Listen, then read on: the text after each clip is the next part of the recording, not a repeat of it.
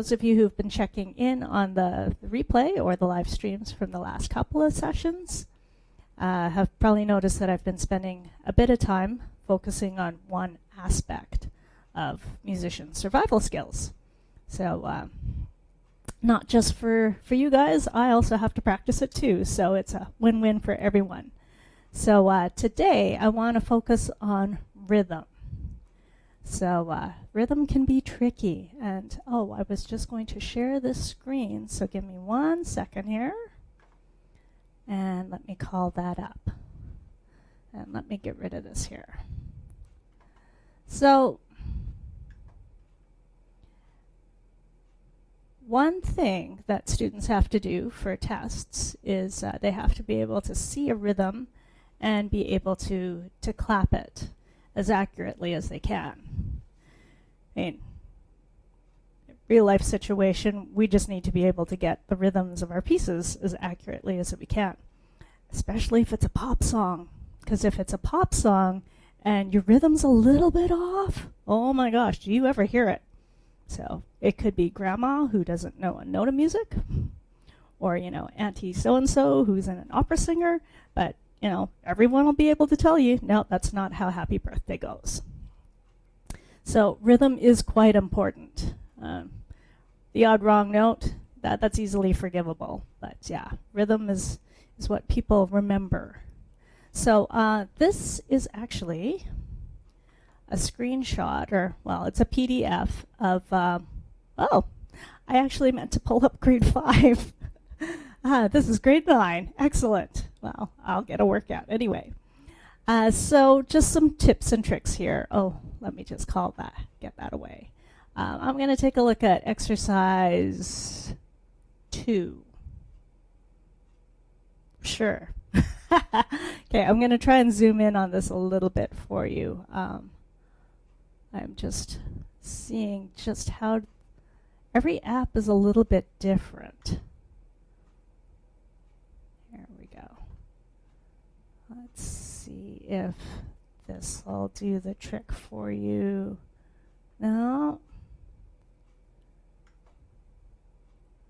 Let's see if I do it at 150. Does that give you a better view? Okay. Let's just make sure that we have the entire line. Well, we have most of exercise 2 there. Okay, so tips and tricks. Look at that time signature. It's 6/8, so it is compound time, so you can count it in like 1 triplet, 2 triplet. Younger students could go and just count 8th notes, so 1, 2, 3, 4, 5, 6. Either way, you need to say something. I did have a couple students really, a few years ago. They love Pokemon. So what they would do for any triplet pattern was say Pikachu. And that just came to mind because there's a plushy Pikachu right in front of me. So in this case, instead of saying 1 triplet, 2 triplet, we could say Pikachu, Pikachu. So that is definitely another way to count. Use whatever it takes, really. Things to look at would be anything that's a bit complicated. So for me, I'm kind of zooming in on that 3rd bar, because the first 2 bars seem pretty straightforward. So 1 triplet, 2 triplet. Okay. 1 triplet. Okay. Another tip is to go slow. Examiners don't really care how fast you go. They just want you to, do the best you can. And you can give yourself the best chance ever if you go slow. Another thing, too, is count. Count the beats. Count out loud. Or the band kids know this. They'll tap their foot. And don't be afraid to count out loud. You'll have actually a better chance of getting it if you do count out loud. So I know quite a few students don't like hearing themselves talk, but you just have to set that aside for a moment and think about what the goal is. So if it's a test, you're just trying to get, the best mark you can for that section. If you're playing in a choir or in a recital, you're just trying to get it as best you can, so that, you know. I lost my train of thought. Well, you want to do the best you can because, you know, it feels good, right? And, you know, if it's a song people like, then hopefully it touches them too. So, win-win for everyone. Okay, so I think I have given myself enough time to study exercise 2. Another tip would be to have the metronome, and I'm not too sure where I put my metronome. It's probably hiding behind that computer monitor, but at either rate, my goal is I'm going to count out loud. So, and if you are comfortable clapping this along with me at home, go for it.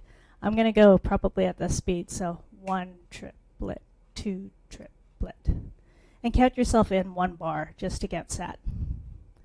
So 1 triplet, 2 triplet, 1 triplet, 2 triplet, 1 triplet, 2 triplet, 1 triplet, 2 triplet, 1 triplet, 2 triplet.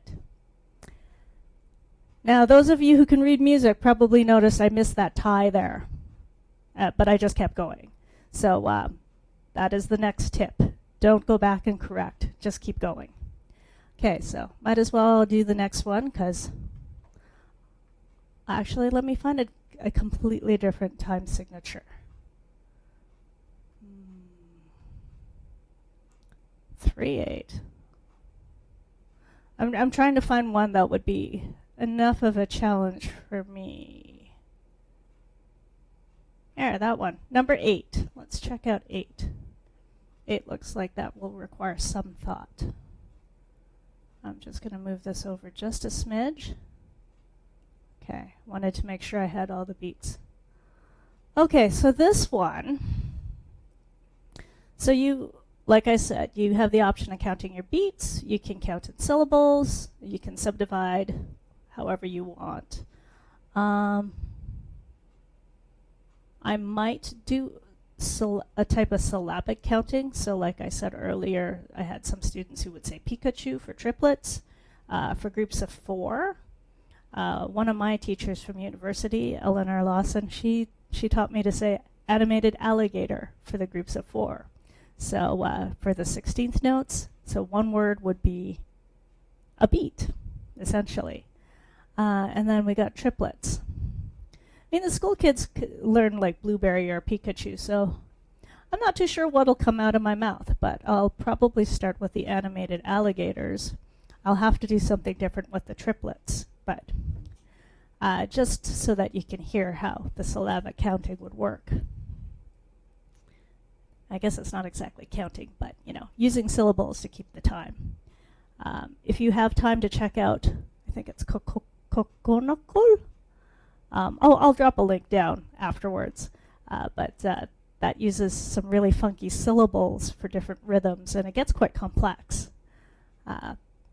It sounds cool, but yeah, that was trippy on my brain, so there's some good videos. I'll post a link down below. Okay, so the biggest challenge with this will be the switch from the 16th notes to the triplets.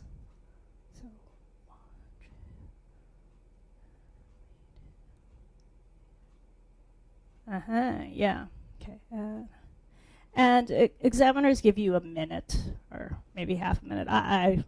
You know, you lose all sense of time when you're in an exam situation, but they do give you some time to look over the piece, so you could kind of quickly tap through the tricky spots, which is what I'm doing right now, kind of briefly, or mentally.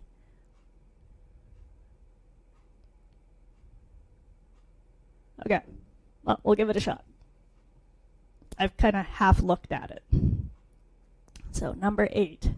So we'll go animated alligator, animated triplet, triplet, triplet, da da da da da da da. Animated alligator, animated alligator, animated alligator, animated alligator. Okay, triplet probably didn't work so well. I probably should have said blueberry or something like that. But, so just to recap, so when you're working on rhythms, and it doesn't matter if it's for a test or if it's a piece you're working on, pick out those tricky rhythms, figure it out, use some sort of counting, ask your teacher if you're a student to help with subdividing it into a way that makes sense. Go slow, count out loud, and don't stop, just keep going. I mean, for practicing, you can try it again, but on a test, you only have that one shot.